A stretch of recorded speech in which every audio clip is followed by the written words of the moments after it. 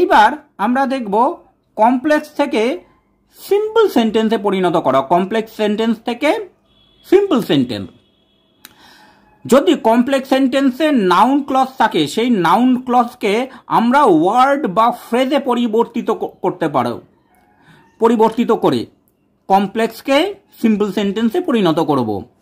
Complex সেন্টেন্সে যে noun clause থাকবে সেই নাউন ক্লজটিকে ওয়ার্ড অর্থাৎ শব্দ বা ফ্রেজ বা শব্দ সমষ্টি ওয়ার্ড বা ফ্রেজে পরিবর্তিত করে আমরা কমপ্লেক্স থেকে সিম্পলে পরিণত করতে পারবো।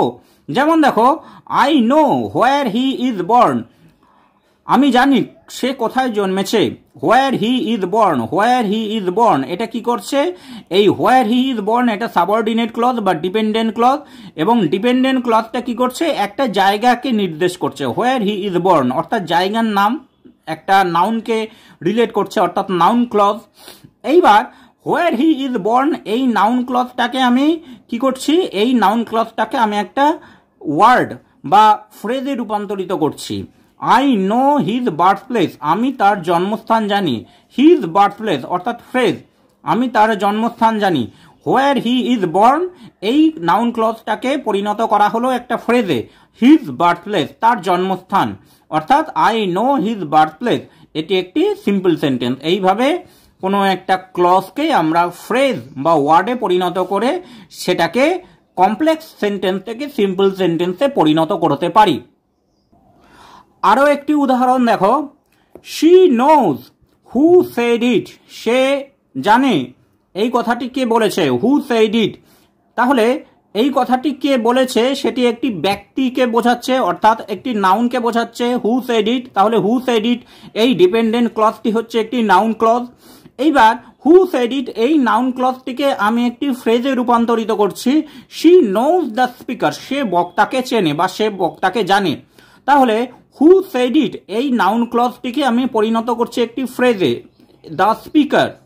তাহলে এই রকম ভাবে আমি কমপ্লেক্স সেন্টেন্সকে সিম্পল সেন্টেন্সে পরিণত করলাম। শি নোজ দ্য স্পিকার, একটাই ফাইনাইট ভার্ব আছে, একটাই সাবজেক্ট আছে, এটি হচ্ছে সিম্পল সেন্টেন্স। একই রকম ভাবে সেন্টেন্সে অ্যাডজেক্টিভ ক্লজ, যেটাই অ্যাডজেক্টিভ ক্লজ থাকবে কমপ্লেক্স সেন্টেন্সকে, তাকে ফ্রেজ বা ওয়ার্ডে পরিণত করে বা পরিবর্তন করে আমরা সিম্পল সেন্টেন্সে পরিণত করতে পারি। He wants a new car which he can drive, সে একটি নতুন গাড়ি চায় যেটি সে চালাতে পারে। Which he can drive, which he can drive যেটি সে চালাতে পারবে। তাহলে এটি হচ্ছে ডিপেন্ডেন্ট ক্লজ, যেটি অ্যাডজেক্টিভের মতো কাজ করছে, অ্যাডজেক্টিভ ক্লজ। এইবার হুইচ হি ক্যান ড্রাইভ এই অ্যাডজেক্টিভ ক্লজকে আমি ফ্রেজে রূপান্তরিত করছি। He wants a new car to drive, he wants a new car সে একটি নতুন গাড়ি চায়, কিসের জন্য? চালানোর জন্য। টু ড্রাইভ অর্থাৎ এখানে আমি কি করলাম? এখানে আমি যে অ্যাডজেক্টিভ ক্লজটা ছিল অ্যাডজেক্টিভ ক্লজকে একটি ফ্রেজে পরিণত করে দিলাম, এবং ফ্রেজটি হচ্ছে infinitive, to plus verb, infinitive form. He wants a new car to drive সে চালানোর জন্য একটি নতুন গাড়ি চায়। তাহলে এইভাবে আমরা ফ্রেজে পরিণত করে অ্যাডজেক্টিভ ক্লজকে ফ্রেজে পরিণত করে কমপ্লেক্স থেকে সিম্পলে পরিণত করতে পারি। একই রকম দেখো, she saw a bird that was wounded, সে একটা পাখি দেখেছিল যেটা ছিল আহত, উন্ডেড। তাহলে দ্যাট ওয়াজ উন্ডেড এটা একটা বৈশিষ্ট্য বোঝাচ্ছে, তাহলে এটা হচ্ছে adjective clause, that was wounded. এইবার এই অ্যাডজেক্টিভ ক্লজকে বা এই পার্টটিকে আমি একটা ফ্রেজে রূপান্তরিত করলাম। She saw a wounded bird সে একটি আহত পাখি দেখেছিল। তাহলে a bird that was wounded এই অংশটিকে আমি পরিণত করে দিলাম এ উন্ডেড বার্ড। তাহলে এইখানে আমরা একই রকমভাবে এই অ্যাডজেক্টিভ ক্লজটিকে একটি ফ্রেজে রূপান্তরিত করে কমপ্লেক্স থেকে সিম্পলে পরিণত করলাম।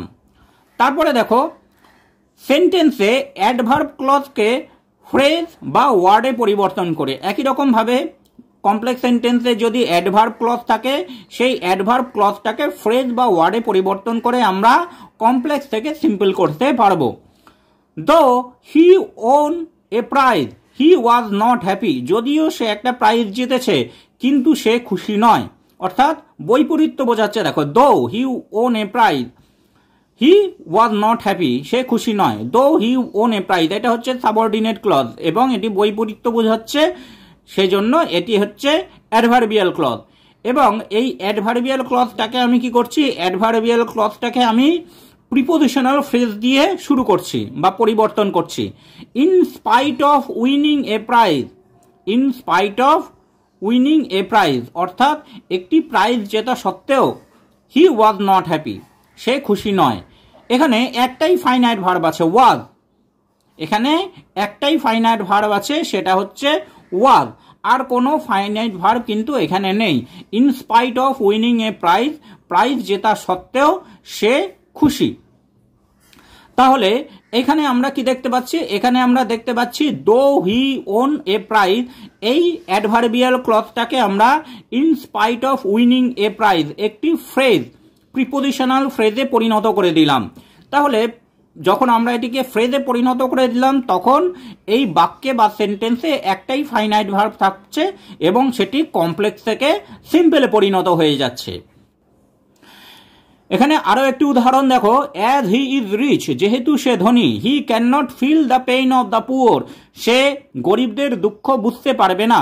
এখানে কারণ আর ফলাফল বোঝাচ্ছে। অ্যাজ হি ইজ রিচ, এটি হচ্ছে কারণ। He can not feel the pain of the poor, ফলাফল, সে গরিবদের দুঃখ বুঝতে পারবে না। তাহলে অ্যাজ হি ইজ রিচ এটা হচ্ছে ডিপেন্ডেন্ট ক্লজ এবং এটি মেন ক্লজের একটি কারণ হিসেবে দাঁড়িয়ে আছে বাক্যে, সেজন্য এই সাবঅর্ডিনেট বা ডিপেন্ডেন্ট ক্লজটিকে আমরা অ্যাডভার্বিয়াল ক্লজ বলবো। এইবার অ্যাজ হি ইজ রিচ, এই অ্যাডভার্বিয়াল ক্লজটিকে আমি বিইং রিচ, ধনী হয়ে, অর্থাৎ একটি ফ্রেজে রূপান্তরিত করে দিলাম। Being rich, he can not feel the pain of the poor, সে গরিবদের দুঃখ বুঝতে পারবে না। তাহলে অ্যাজ হি ইজ রিচ এই অ্যাডভার্বিয়াল ক্লজটাকে আমি পরিণত করে দিলাম একটা পার্টিসিপল ফ্রেজে। বিইং রিচ, ধনী হয়ে, he can not feel the pain of the poor, সে গরিবদের দুঃখ বুঝতে পারবে না। অর্থাৎ এইভাবে আমরা কমপ্লেক্স থেকে সিম্পল করতে পারবো। Thanks for watching this video. তোমরা ফেসবুক এবং ইমেলে কন্ট্যাক্ট করতে পারো।